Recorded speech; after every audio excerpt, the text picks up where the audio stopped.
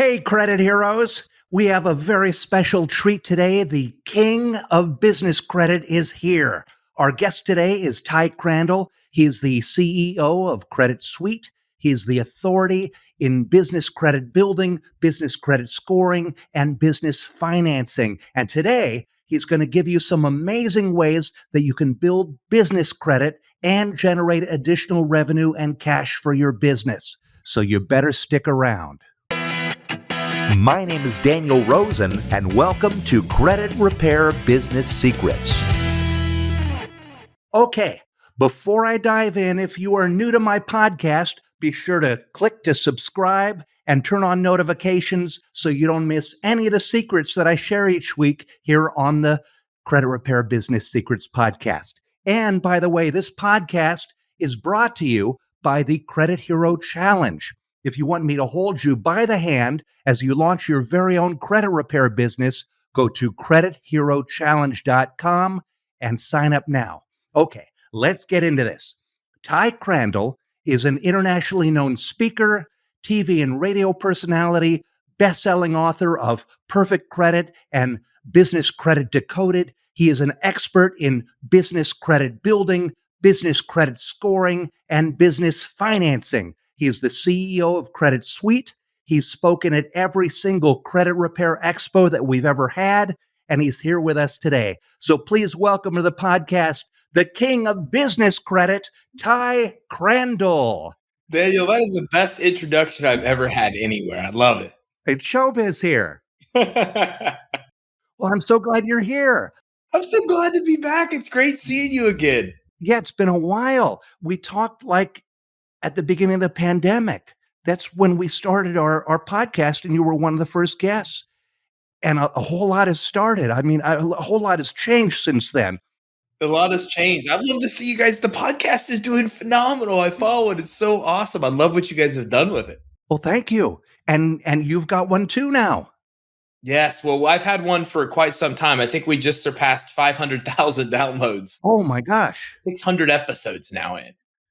So you started that before the pandemic? We started it way before. I think we've had that for, I don't even know. I'd have to look back, but over 5 years now. I think 5-7 years, somewhere in that range. Oh, wow. Okay. Well, we've only been going a couple years. I think we started it like a month before the pandemic hit. But anyways, a whole lot has changed with the pandemic. How did it affect your business?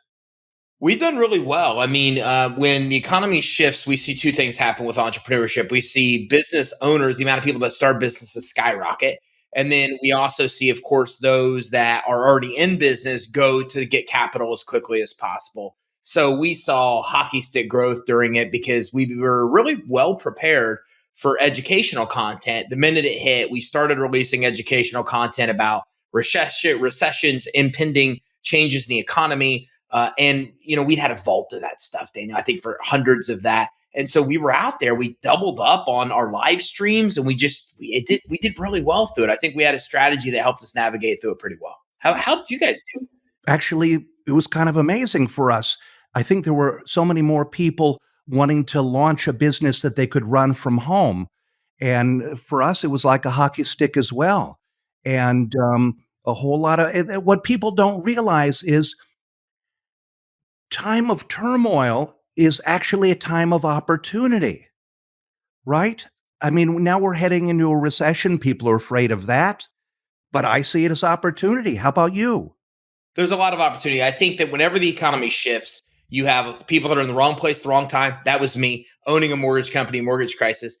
And then we see on the other side of it, the stories of all the people that took advantage of that and were in the right place at the right time. So I think it's, every change in the economy, we know it's going to happen, right? I mean, it's a cyclical economy. We understand that you've got peaks, you've got troughs. So being prepared for when times change, I think gives you the best positioning to be prepared to take advantage of opportunities, because in every economic shift, there's opportunities. Absolutely. Okay. Well, let's get into business credit, because we're always talking about consumer credit here. But for everyone listening, what exactly is business credit? Well, everybody in your audience is very familiar with consumer credit, how it works. Business credit is really similar in a lot of different ways. It's just credit for a business that's linked to a business's EIN, unlike consumer credit that's linked to a consumer's social security number. So the idea is for a business to build its own credit profile, get accounts that report to the business credit reporting agencies. That establishes a credit profile for the business, a credit score for the business. And then the business has the ability to obtain a lot of credit without a personal guarantee, without a personal credit check.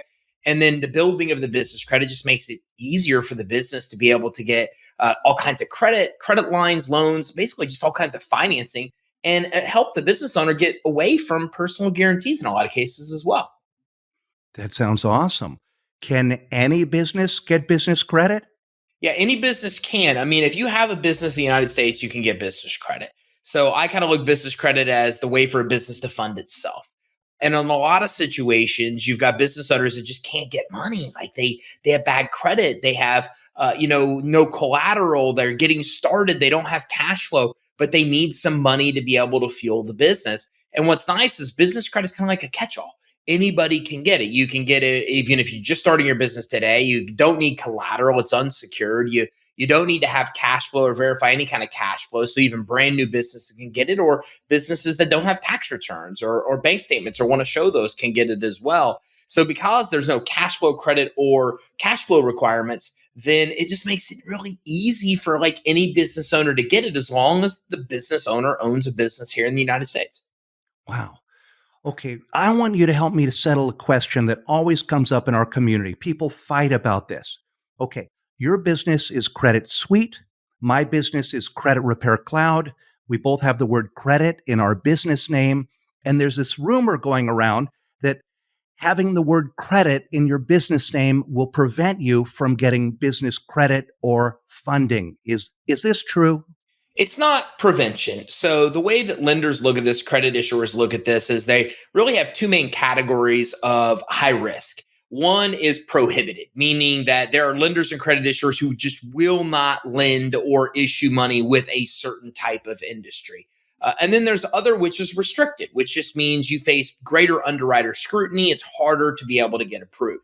So both of our businesses, along with attorneys and accountants and real estate agents and mortgage brokers, we're all in financial services. And financial services category as a whole is seen as high risk. It's seen as facing greater underwriter scrutiny. So we're not prohibited from getting financing. A lot of the people that are people like that are in porn or pawn shops that are high risks that carry large amounts of cash on hand. So there's industries like that that are very difficult to get financing in. Marijuana, for example. Now, there are funding sources that will fund in that area, but typically most lenders won't because it's still, restricted on the federal level. So industries like that really fit into that restricted category. But we're more in the face greater underwriter scrutiny category, which means financial services, we can still get approved for credit. We can still get approved for financing. It really is just a little bit harder for us. And sometimes we pay higher interest rates in shorter terms than what business owners that are in those categories are. Now, here's what's interesting is that most business owners I talk to don't even really know what their NAICS code is. So the NAICS code is an indicator that really tells people like the IRS and the SEC, like what industry we're in. And just a simple example is that, the IRS uses this for tax purposes. So if you're a trucking company, they know your NAICS says you're an over-the-road trucker. They look at the expenses you claim. They look at that compared to others in the industry. They see things that are way out of line. It throws red flags. It's how audits are triggered. I'm not an accountant. This isn't accounting advice, but that is an example of how NAICS codes work. So what I find is that most people don't, that's what it comes down to, more important than a name. And most don't even know what their NAICS code is. So they'll come in and say something like they're in transportation if they're a trucker. But the problem is Daniel, there's 100 subcategories of transportation, 100. They'll say they're in real estate, but there's 30 subcategories of real estate. So when you tell lenders and credit issuers this, then they automatically kind of default and put you into high risk because you're not telling them exactly what industry you're in. So some of the best ways to overcome that is just to go to NAICS.com, go to search the top right, 100% free to do, find out what industry you're in, and whenever you apply for credit financing, whenever you pull your business credit reports, whenever you file taxes, you should say, here's my exact industry, here's my NAICS. And before you do that, do a little research. You can just Google high-risk NAICS codes and make sure that what you're choosing doesn't put you in a high-risk category. Now, I don't want to get too deep down the rabbit hole, but the reason I mention this is looking at Credit Suite as an example. We could be an education company, we could be a software company, we could be financial services. We really have a choice that we could fit into. So we look at what gives us the greatest multiple, but the lowest risk. And for us, that's software. So by going and making ourselves a software company, well, then we're not in a high risk category. And we also have the best multiple if we ever go to exit the business. So knowing that in the ICS is really important because if you do that, then you can overcome getting put in to a restricted industry just because of your name.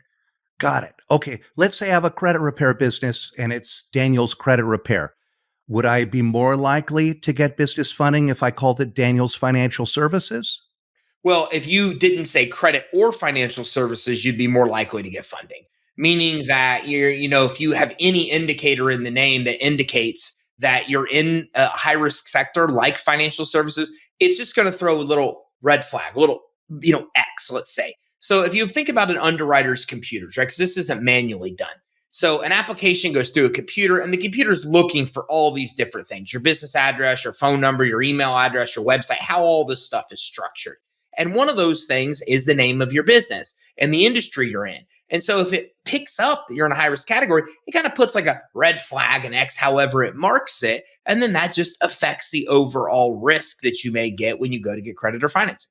Would you recommend that I have my main entity be called Daniel's Consulting and then have a DBA as the credit repair? It's a fine line because when you apply for credit and financing, you'd really have to apply with a DBA name as well in order for them to recognize your business. One of the biggest reasons business owners get denied for credit financing, this is as crazy as it may sound, like the number one reason we see people get denied is because they have an application with their info. The lender checks the info with places like Secretary of State, and it's not an exact match. An example, use Credit Suite versus Credit Suite Inc. I apply under Credit Suite. They find Credit Suite Inc. online in Secretary of State. They can't validate for 100% certainty these are the same businesses. Application gets thrown out for potential fraud concerns. Believe it or not, as crazy it is, that's like one of the biggest reasons that people get denied. So I think that it really comes down to being able to make a decision. Do you either want to be very specific? Like I wouldn't change my name. I don't know about you, but I want people to know what I do. And to me, that's worth the risk of making it a little bit more difficult to get financing. And even if my name indicates that, but I've chosen my NAICS wisely, then that helps me overcome the issue. But other people would rather have no barriers and then give a more general name which isn't as specific to clients about what they do. I don't think there's a right or wrong there. It's just personal preference. We want to fight the fight and we'd rather have credit in our name and then, tell people what we do and then fight the fight when it comes to getting credit financing by making sure that we have everything else in line like NAICS, et cetera, which gives us a bunch of checks with that underwriting computer so that one little red flag isn't going to be a deterrent with getting us credit financing. Absolutely. And you bring up an interesting point. If you name the business what you do, you're probably going to get more traffic coming at you because people search. Yeah, and that's why when we look at this as a whole, we call this fundability. We found there's 125 fundability factors that lenders and credit issuers computers are really looking for. And this is just fundable foundation.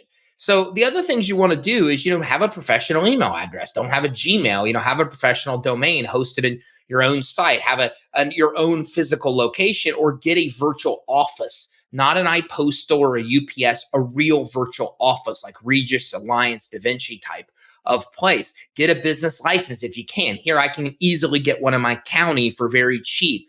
Making sure that I have a business bank account set up, making sure all my information is congruent online, that I have an EIN number. These kind of things are very important. And if you build a really strong foundation, that if you have something like, something in your name that indicates you might be high risk, but your NEICS and all these other things are solid, you're just not going to have a hard time getting credit financing because of that one factor. Makes perfect sense. Okay, let's get back to the basics here. How does someone with a business start a business credit profile and score?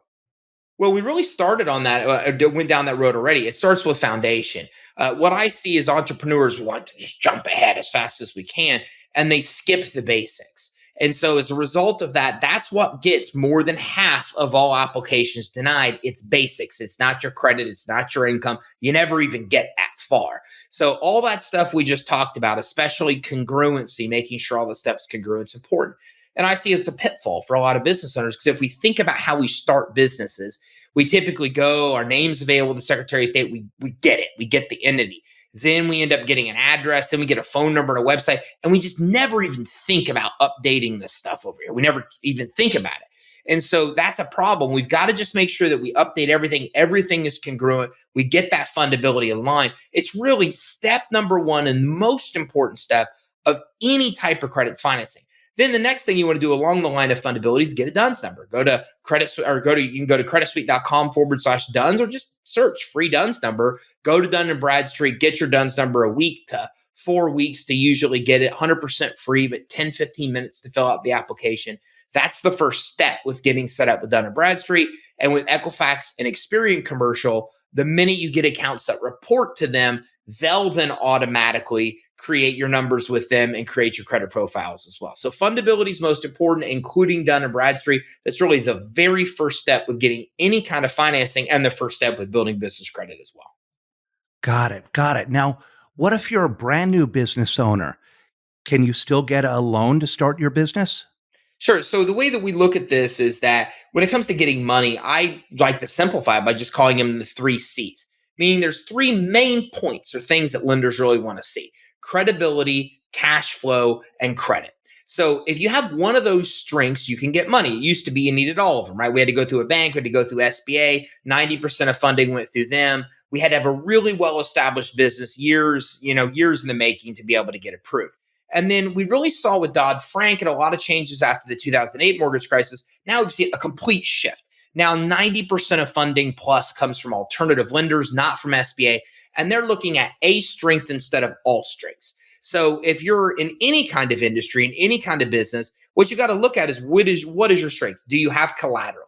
Do you have stocks, bonds, 401ks, IRAs? Do you have equipment, inventory? Do you want to purchase real estate? Use that as collateral, for example. Do you have account receivables? Are you flipping homes and using that as collateral? Do you have an asset that has value that can serve as collateral? If so, you can get very low interest rate financing. Doesn't matter if you're a startup, 10 years in business, doesn't matter if your credit's 400 score or 800 credit score, you can get approved.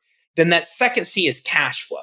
So if you have 6 months worth of cash flow, everybody wants to give you money, from PayPal, Square, Stripe kind of guys, all the way to what we call cash flow financing, merchant cash advances, all these lenders that lend on the fact that you have consistent cash flow. Then we have the third one, which is credit. You can get it. And by the way, when we talk about cash flow, that's the kind of financing startups just can't get. They don't have cash flow yet. They need 6 months worth of it. So if you're just starting their business, they can't get that C. But if they have collateral, they could still get everything in that category.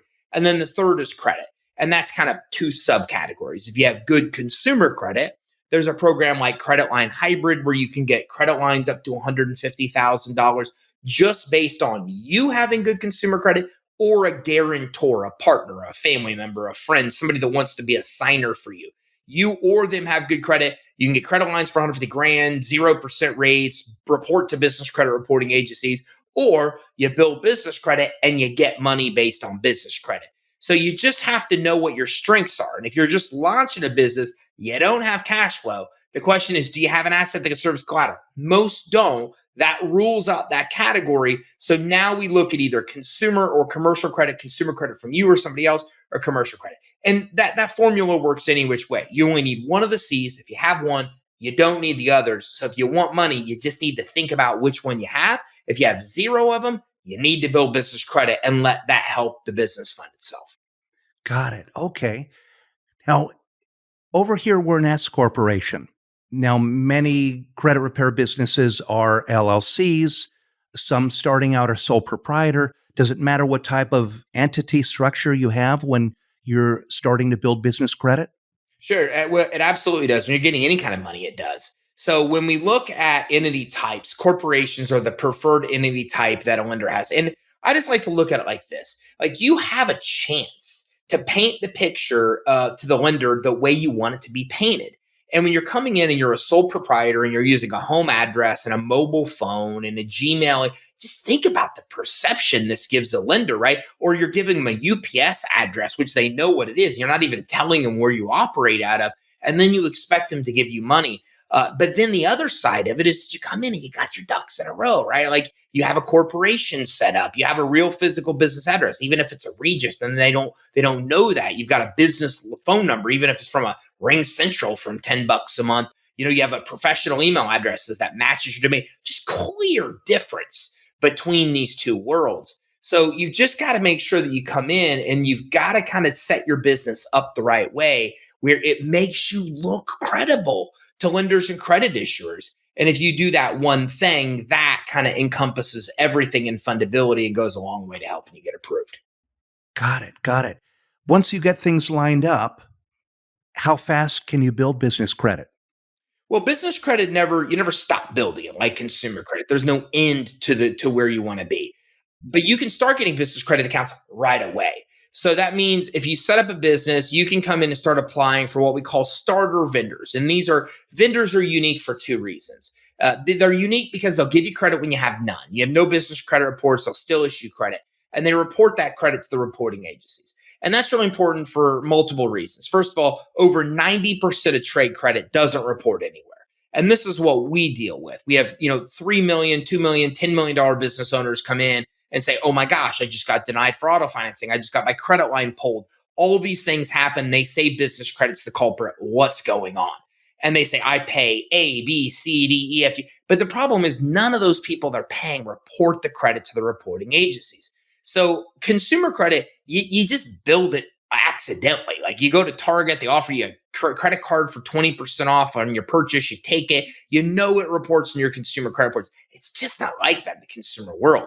Like it's a nightmare to get reported to D&B Equifax Experian. I don't know why, but it is a nightmare to report data to them. It could take you years to ever get approved to report to them. So as a result, 90% of people that give you credit, they don't report it. So it's not showing anywhere. So you really got to get credit with starter vendors that do report the credit that they give you. Then the other thing is of the vendors that are out there that they want you to be established. They want to pull a business credit report. They want to see a Dun & Bradstreet score and all these things. If you don't have that, they're not going to approve you. So these starter vendors will give you credit when you have none. They report, then they give you those initial foundation, that initial credit profile, that initial credit score. Then you can build off of that profile and score, continue to get more and more tiers of credit as you continue to get more credit that reports. Got it. What are some examples of these starter vendors? Two of my favorite are Uline and Granger. So I love Uline because they sell shipping supplies, all kinds of stuff that most of us use in our business anyways. I love Granger because if you just give them a business license, they almost automatically give you a $2,500 credit line right off the bat. And I get batteries and first aid kits and all kind of stuff from them. There's Strategic Network Solutions. There's a lot of other ones out there, but those are two of my favorites to get started with. They report to the reporting agencies. They're true starter vendors. They'll give you credit when you have none. And you can use those to create a basic foundation with the reporting agencies that you can then continue to build off of to get more and more tiers of credit. Got it. Got it. Do business credit cards have any impact on your personal credit? It depends. So if we look at a Capital One Spark, it's funny because Capital One just sent me a letter stating they've decreased my credit limit, which is something I talk about all the time. If you don't use credit, especially when economic shifts occur, what they do is they'll lower your limits because they need to free up credit to be able to lend to other people. This time I see it happening preemptively before the economy shifts. In the 2008 mortgage crisis, I don't know if you were affected, but they just did it when everything was going down. Like they lowered my limits on everything and everybody's limits, or a lot of people I talked to, down to about what they were actually using. Well, Capital One Spark says, you're not using it. We're going to take it. And I'm like, yeah, because you report to my consumer credit reporting agencies. So you're my emergency card and I never need my emergency credit card, right? So you got to be careful because what you're going to find is that either credit cards don't report anywhere, consumer or commercial, or they report to consumer, or they report to commercial, D&B Equifax Experian, or they report to both consumer and commercial. So you really got to make sure that you focus on commercial reporting cards that don't report on consumer. Capital One's a horrible culprit for this, of reporting to both. And the problem with that, as you know, is that 30% of your score's utilization on the consumer side, and consumer credit cards weren't designed to fund businesses. The limits are too small. So SBA says limits on commercial cards are 10 to 100 of what we see on consumer. They're big because they're designed to fund businesses. Consumer credit cards aren't. So a lot of business owners get themselves in trouble because they come in, they say, I'm just going to use a consumer credit card to fund this thing. And then, as you know, it takes twice as long and to be able to get anything to work. And then it usually costs twice as much as what you anticipate it will cost. So then they max out these credit cards and they lower their consumer scores, and their ability to get personal business financing is all in jeopardy. It's why you want to build business credit to help prevent that. Got it. Got it. Makes a lot of sense. Can you get cash from business credit cards? Yeah, there's a lot of different ways you can do it. And nowadays, I think one of the most popular ones that we see is companies that will charge your credit card, charge you the fee, and then give you the cash back. So there's a lot of methodologies out there, but that's the most common that I see that companies do that service do. So you have a merchant account, right? I have a merchant account. So in that case, those companies will use their merchant account. They'll charge you $5,000 in the merchant account like it's a transaction. Then they get your $5,000, then they give it back to you with a fee. So that there's a lot of ways you can cash out without paying 20% on business credit cards. That's the most popular one that I see that outside sources are out there using today. Got it. Do you think that all businesses should have business credit? Well, I think that, yeah, I think it's really essential. It just depends on what you're going to do with the business. I've got friends that have lifestyle businesses. They don't plan on doing anything with it. They make 100 grand a year, a million a year, whatever it may be. They chill, they make their money. They don't plan on growing it. They like to spend time with their families. And those kind of businesses, they don't need funding. They may never need to fund the business. I just don't think it's a real big deal for them. But if you're going to grow and scale the business, then it really becomes essential. And what I mean by that is that every one of the largest publicly owned company and privately owned companies in this country, every one of the biggest ones has it, all of them.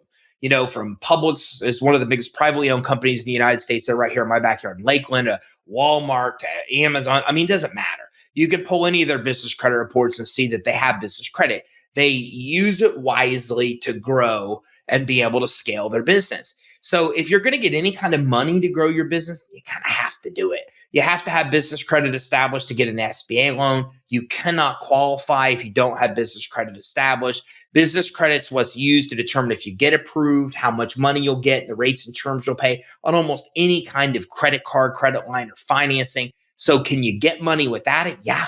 You're just going to get shorter terms and higher interest rates and pay way more on the money and less money than what you could have gotten. So if you have any intention of getting credit financing, then it's something you're going to want to have. And on top of that, it's publicly accessible information.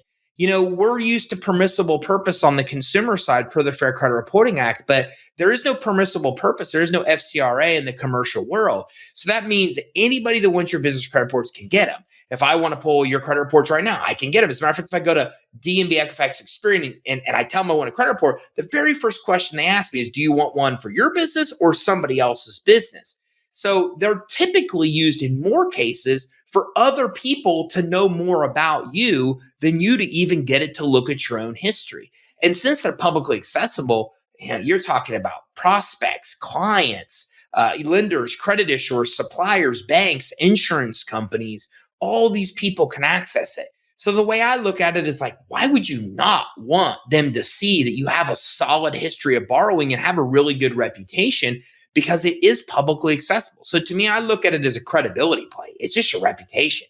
And I've seen on The Profit, for example, with Marcus Lemonis, I remember one time he went in, he looked at a business and said, there's some sketchy stuff here. He went home that night, he pulled their business credit report, then brought it in the next day, called the owner out, and decided not to invest in the business.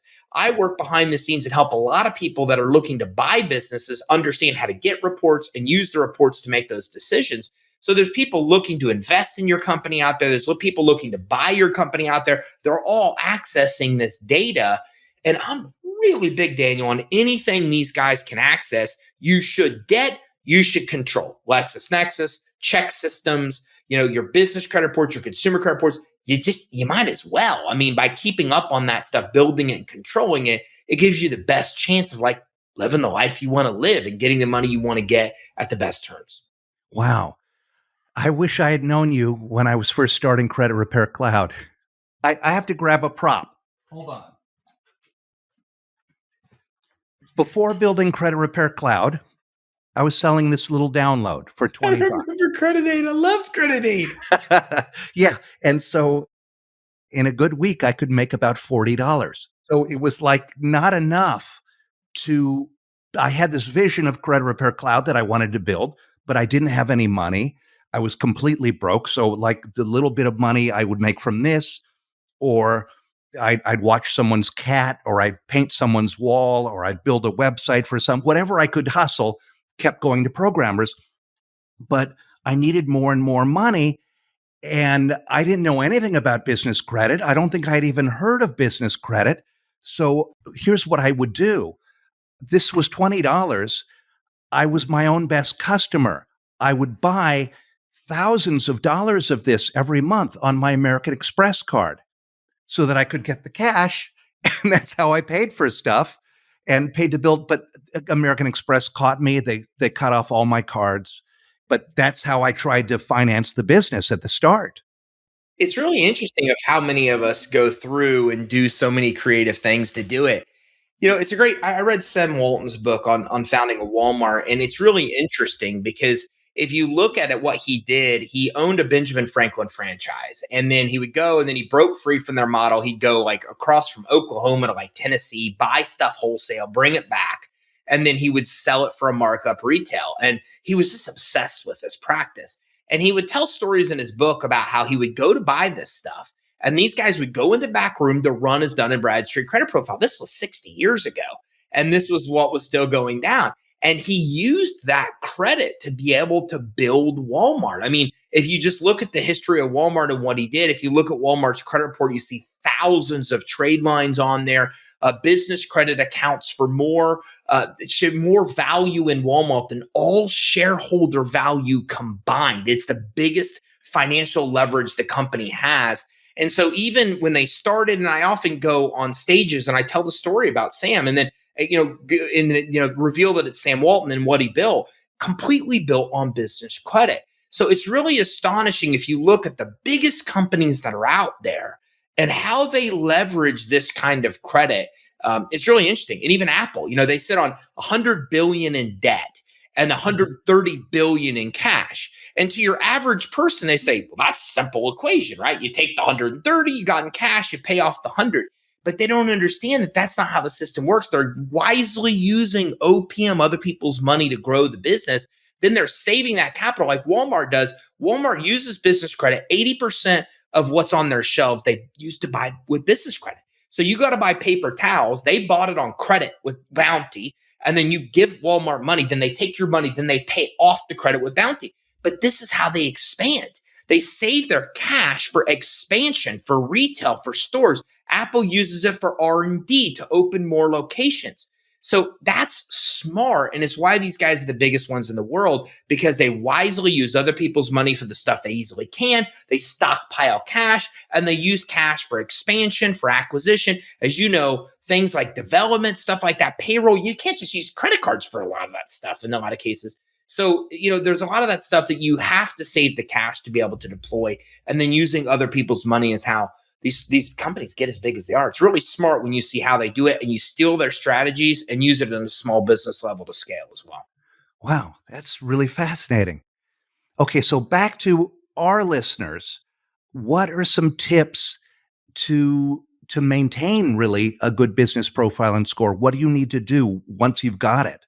You just never stop building it. So business credit, when you start with those starter vendors, that gives you a credit profile and score. And what I mean by vendors, a vendor is a Walmart of the world, an Amazon of the world, a Macy's, a Nordstrom. It's just a store that issues you a credit card to use in their location. BP, Chevron, Sunoco, Sam's Club, any of them are vendors. So you just never stop. Now we, for our clients, put it into tiers to make it simple so they understand what credit they can get along the way. And it makes it easy for our partners that offer business credit to just sell a turnkey solution, and then the customer has an easy path forward. But even if they're doing it on their own, they just want to continue to accumulate credit, continue to use that credit at least every 6 months.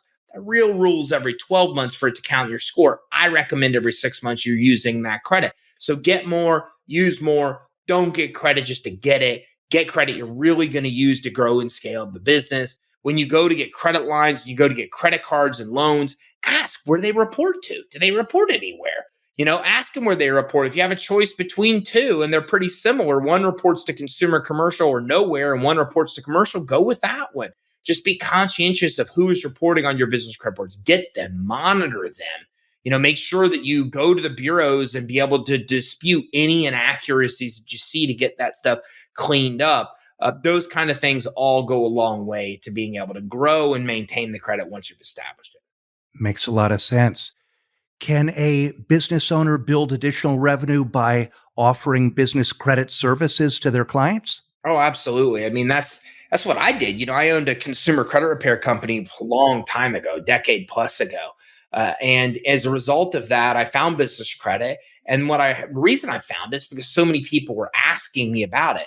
And at that time, Daniel, there wasn't YouTube videos, there was nothing. I mean, you had to go page 3, 4, 5 of Google to even find anything about business credit. And so when I discovered what it was, I was like, wow, I got to figure this out and educate and teach. Now, I'm blessed to be surrounded by so many other people that are out there teaching and educating the space and helping entrepreneurs understand how business credit works. So as a result, I had all my consumer credit repair customers say, can you help me with commercial? Can you help me with commercial? Because look, the reality is, if you're a credit expert, you should know credit. There's two sides to commercial and you've got actual commercial and you've got personal credit. So on that side, if you know personal credit, you got to know commercial, or at least be able to offer it, because the better you are at fixing personal credit, which your guys' software makes it really easy. I mean, back in the day, I go over to my processor's house. She just had paper everywhere. Wow. It was astonishing what it was like before. Like, you guys came around and provided like the solution to be able to do it. But when you're offering personal credit, you're good at it, you can get results. Your customers and our business owners are going to ask you about business credit, and being able to have a solution. What I found is that I can make $500 to $700 lifetime value on a consumer credit customer and make $3,000 on a business credit customers. So when I combine these two, I was able to have consumer credit repair that gave me regular recurring income into the business. Then I added in these large one-time payments with business credit, which is 100% legal to do.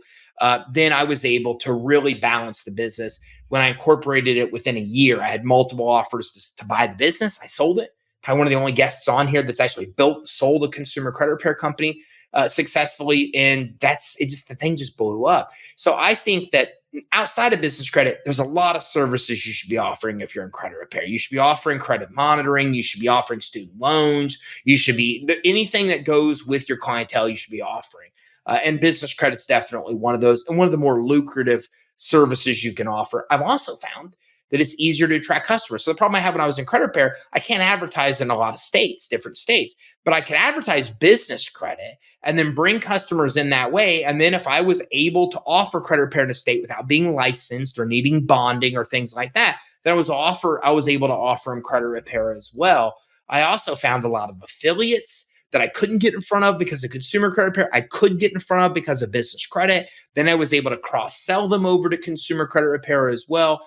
There's no industry restrictions in business credit. So when I put the two together, it was just like a powerhouse that was hockey stick growth in the company, because all the things that I had that didn't work with consumer credit, business credit compensated for, business credit problems, consumer credit compensated for. So when I put them together, it's just a powerful force that made it really easy to be able to make a lot more money and grow the business. And that's how we've helped thousands of partners a lot in credit repair to do so as well. It's amazing. You're amazing. You're one of the most successful people I've ever met in my life. So it's just so thrilling to have you on the show. People.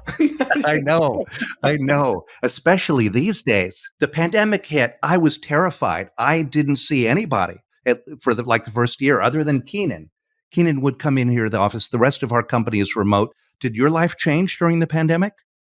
So it's funny because when the whole thing went down, I'm an extrovert, so I have to be around people. And the first thing is that we had offices. We ended up shutting them down during the pandemic because it showed us we had a liability. Like, our sales force is there. Like, that thing, one guy goes down and affects the rest. 70% of my sales force is gone like that. So it ended up being a benefit in the long term. But it was interesting because I said two ways I could do from this: hide, mask up. or just go get it. I'm going to go get it. I'm going to fight the fight, and get through the other side. At that point, they didn't know if you could get it again. These things were not known. And so I didn't hide from it. I quickly realized that where I was, St. Pete Beach, St. Petersburg, Florida, wasn't too far away. They shut down all the public beaches. Nobody was there. There were hotels that were open were vacant. So I was able to come in and get really cheap rooms. And every week I was at the beach. I literally went to the beach, got a really cheap room. It was crazy. I mean, in the middle of spring break, I was walking St. Pete Beach, which is usually packed full of people. And there was just scarcely people around there. It was really kind of cool because I met a lot of business owners, met a lot of local restaurants in those areas and hotels and businesses I was able to support and frequent in my quest to like go get it and get it out of the way to move on. And the interesting thing is like to this day, I somehow managed to completely avoid it, even though my kids have had it and everybody else. So I'm not sure. I'm not sure how that works. But anyways, yeah, I that's how it affected me personally. Is I just kind of went out there and said, I got to live my life. I can't just be tucked away in a house somewhere. Yeah. Yeah. I kind of got cabin fever. Yeah. And we're kind of itching to do Credit Repair Expo again, but it's just so shaky out there. Will you come if we have it again? Will you come speak? I'd love to come speak. I Okay, can't believe good. you guys aren't doing this all the time. You guys, anything I can do to help you get it going again. I loved Credit Repair Expo. The way you had the format, the people that were there, the speakers, the people that were in the audience. It was just phenomenal experience. I just loved it. And I was so looking forward to the next one you were going to do, which was going to be off the charts, the biggest that the industry had ever seen. We were going to have 1,000 people. It was going to be in Dallas.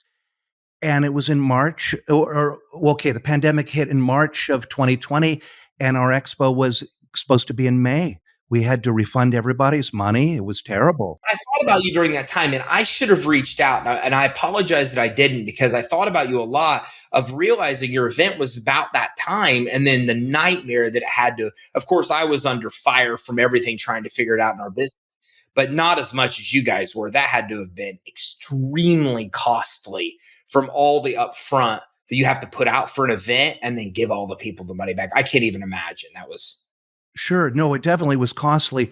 But then our business grew because we were able to focus more on what we were doing with our business rather than focusing on an event. Although we're going to start having those events again as soon as everyone can feel safe. Some people feel one way, some people feel another. So we're sort of waiting it out, but it'll be soon. I love that you're doing the challenge. I think that's the coolest thing. I've had a lot of successful challenges over the last 2 years. I think that's a phenomenal way to educate. I see more people now converting to a hybrid event format where it's online and it's in person. So it gives people the option to do it either way. I think that's popular. But you and I both know that events are massive time sucks. I mean, they take tons of time and a lot of money to be able to put together. So I've always given you guys had the most respect for you guys But doing the it's event. so much fun to meet everybody and the energy in the room. And it just, so I know we want to get back to it. Hey, I want to talk about your podcast some more. What is the name of your podcast? How can people find it? So it's the Business Credit and Financing Show. In any of our social channels, they can go to creditsuite.com. Right there on the top right, they can access our podcast. They're able to access all of our social channels as well. And man, it's like you. It's so much fun. I learned so much on the podcast from all the guests I have on. It's really pretty cool. Yeah, me too. Did you naturally gravitate towards podcasting? So the funny thing is that I look at anything as distribution channels. So I think that we're in a world where you should deliver very valuable content. Like if my goal is to help people build business credit, then I should teach them to do that for free. That's just my belief because that's my mission. I was hurt by not having it. I want to help as many as I can. Some people can't pay for it. So give them a free path, give them an actual paid path. So I've always been big on producing content, and everything is a distribution channel, social channels, podcasts, just a way to distribute content. So when we very first created the podcast, I'd listened to this lady named Jessica Rhodes, who now has an agency where she helps book podcast guests.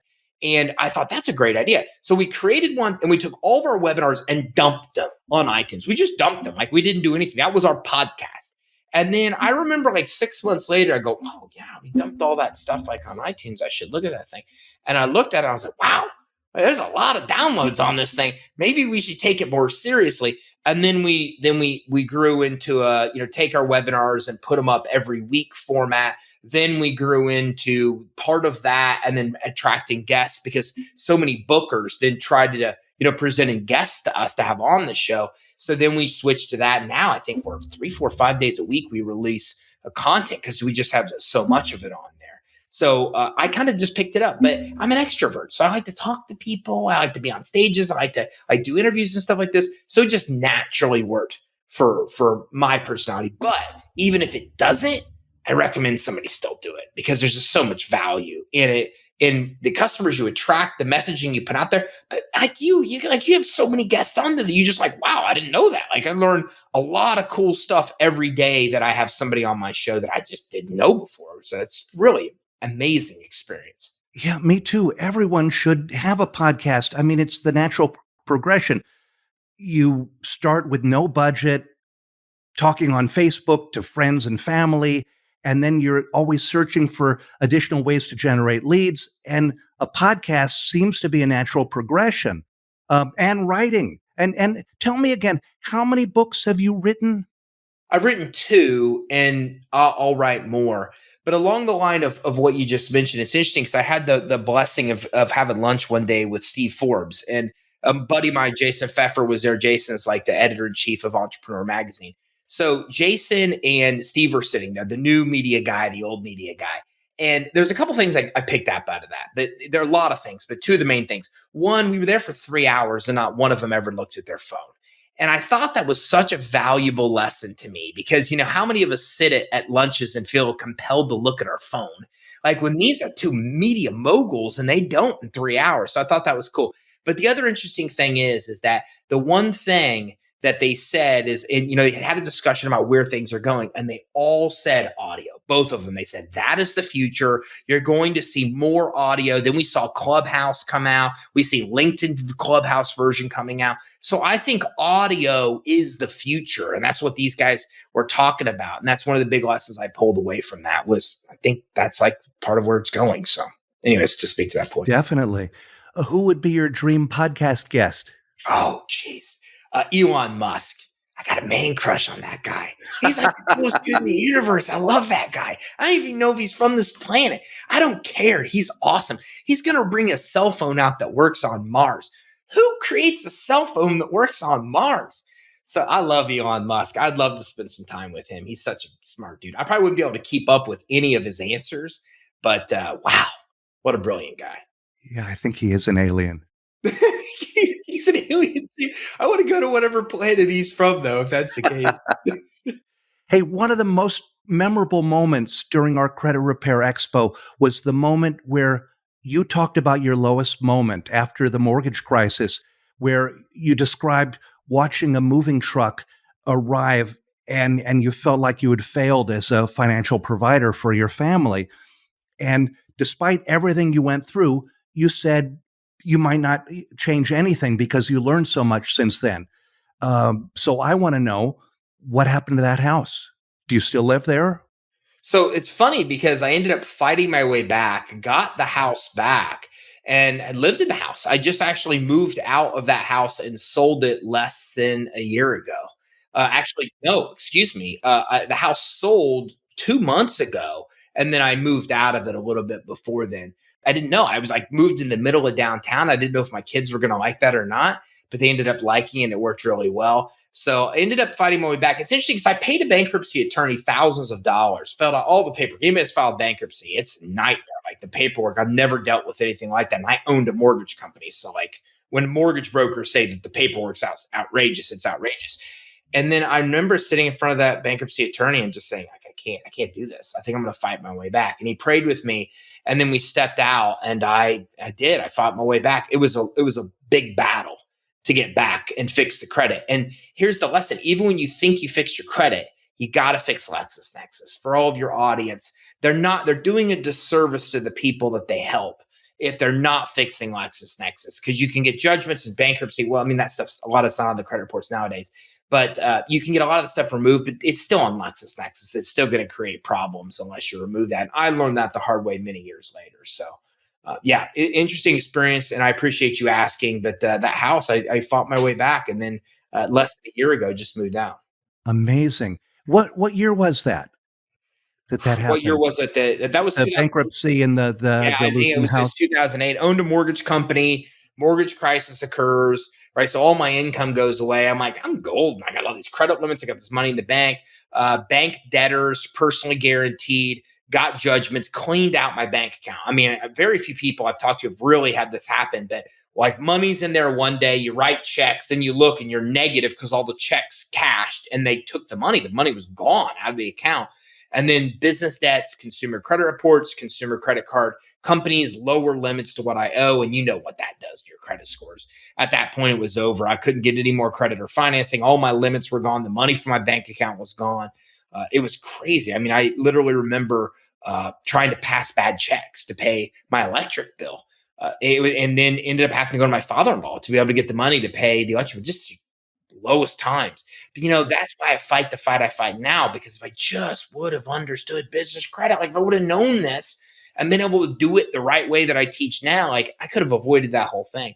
But like you said, I would never change a thing. Even going through it, I said I would never change it because I needed to learn those lessons. So when I had kids, my kids weren't adversely affected by the next change of economy. And that's why we saw growth during it. We positioned ourselves perfectly to change and be able to navigate economic climate changes, which is what your listeners should be doing as well. They've got to know that it's going to happen and prepare themselves to navigate that. And now I feel a lot more secure when the economy changes. So very deep answer to a simple question. Interesting. It's the same years that were so difficult for me.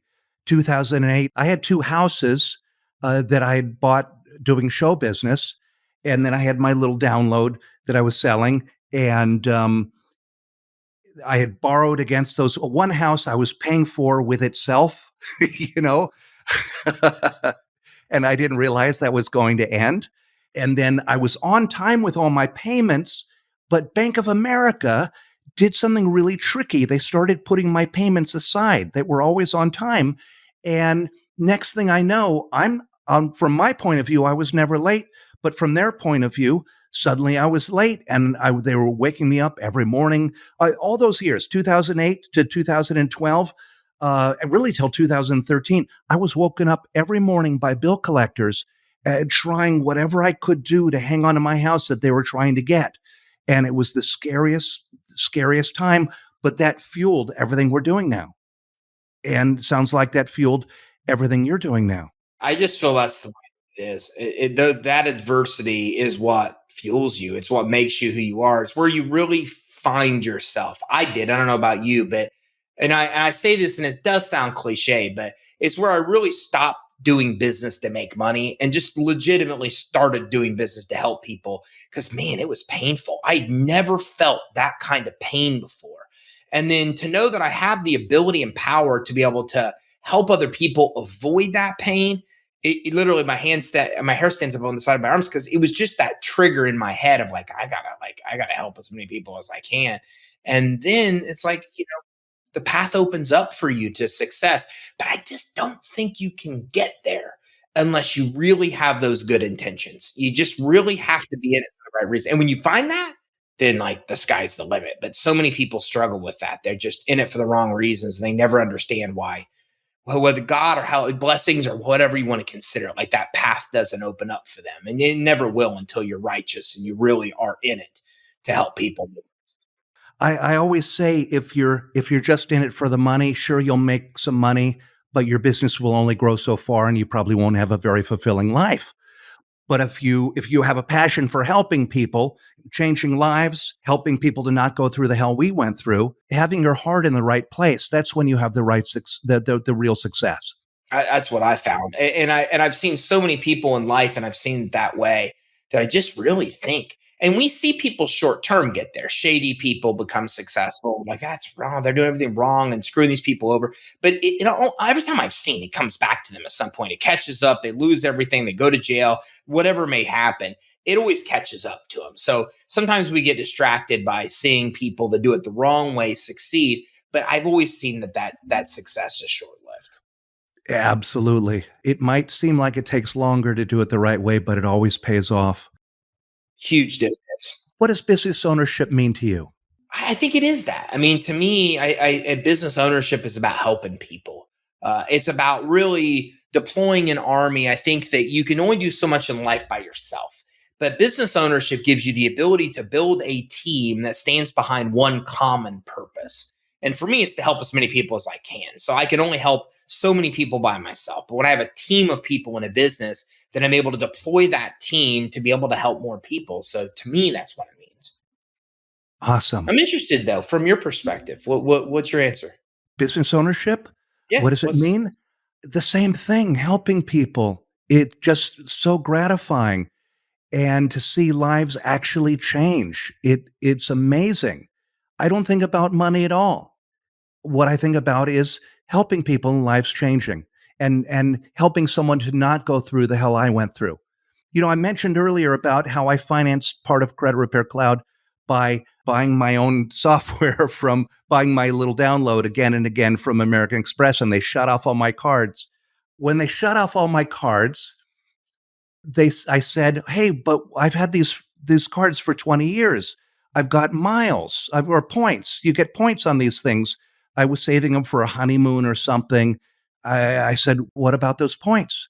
They said, "You have 24 hours to claim whatever you want." And they gave me a link to a catalog, and I picked out this chair.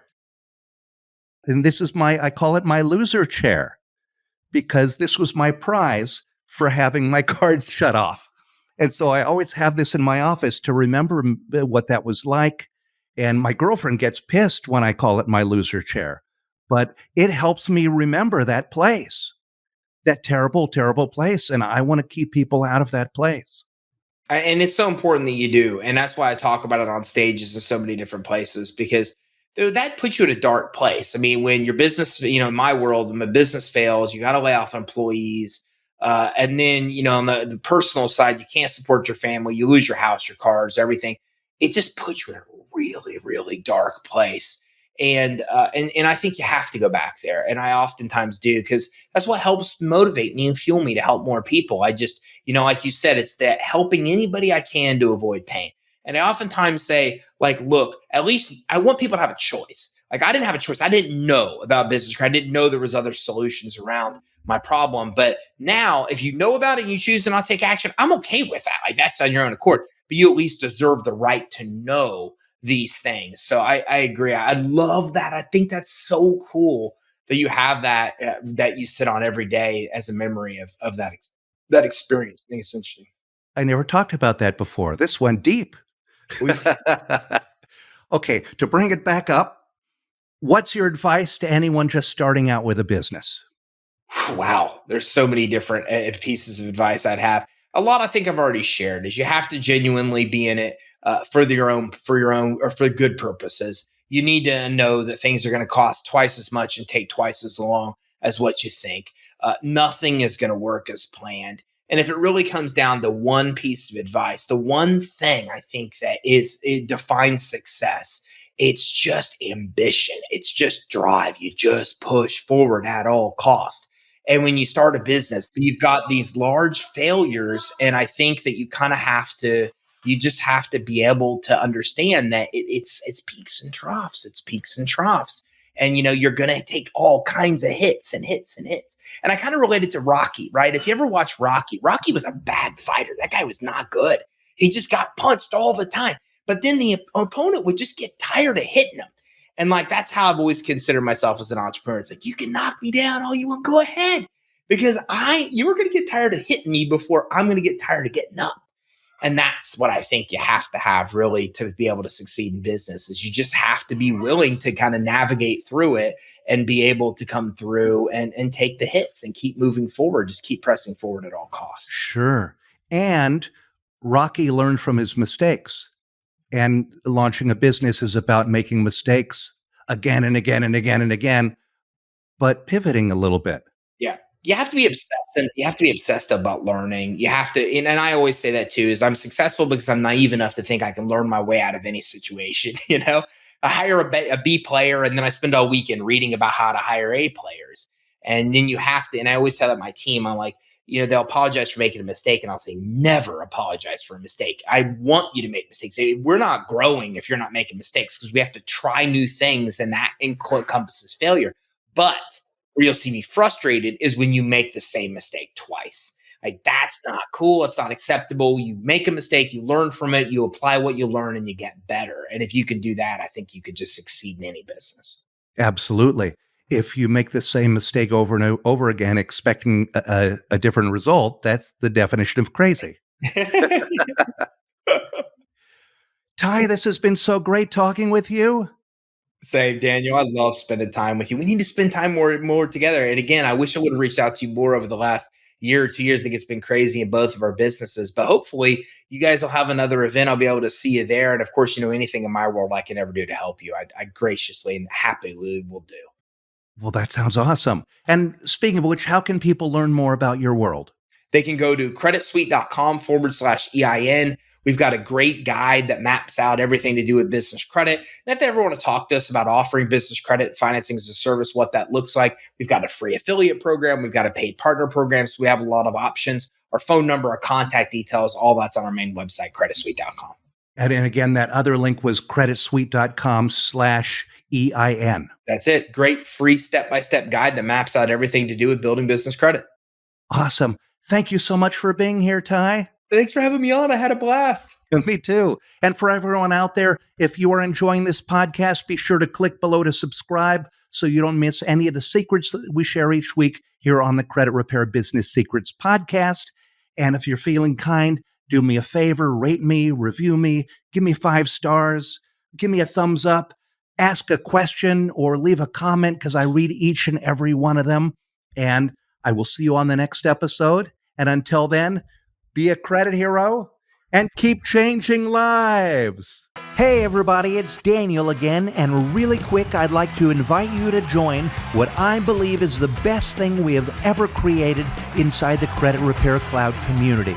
And it is a challenge that we call the Credit Hero Challenge. If you're just planning out your business, or you're just getting it started, and you dream of having a successful business of your own so you can quit your 9-to-5 and fire your boss and have financial freedom, or so you can add another revenue stream to your existing business, if that's your dream, you need to get into this challenge. We created this challenge to help you to create and launch your very own credit repair business, to build a proper foundation for a really successful business. This challenge is going to help you to understand the strategy, the tactics, and all the things you need to be successful at credit repair. It really is the greatest thing we have ever built, and it will change your life. So I recommend you do it right now. Stop everything, pause this audio, go online, and go to CreditHeroChallenge.com. That's CreditHeroChallenge.com, and join the next challenge. And there's a challenge that's starting in just a few days, so go get started right now at CreditHeroChallenge.com.